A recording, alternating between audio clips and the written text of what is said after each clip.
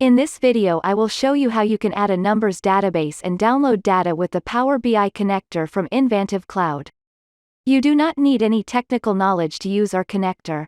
This tutorial works for both PowerBI.com and Microsoft Power BI Desktop. Don't have an account on Invantive Cloud yet? Then watch our video on how to create an account for a free 180-day trial. Press the Add Database button on the homepage of Invantive Cloud. Now select Numbers from the list of platforms.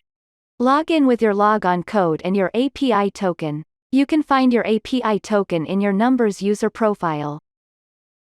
Your IP address must be added so that you can use Bridge Online with Power BI. Click the orange Add and Save button. Now launch Microsoft Power BI. Select Get Data under the Home tab. Look for the standard OData Feed connector in the list of Power BI connectors. Click on Connect.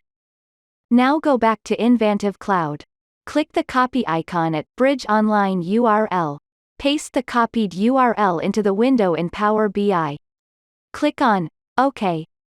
You must now log in with your Invantive Cloud credentials. Click on the Basic tab and enter your Invantive Cloud email address and password. Then press Connect.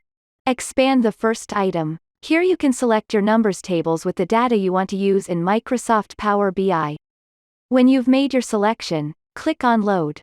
Depending on the size of the tables, this may take some time. After the download is complete, you will see an overview of all your tables on the right. You can check a table to use for dashboards and reports in Power BI.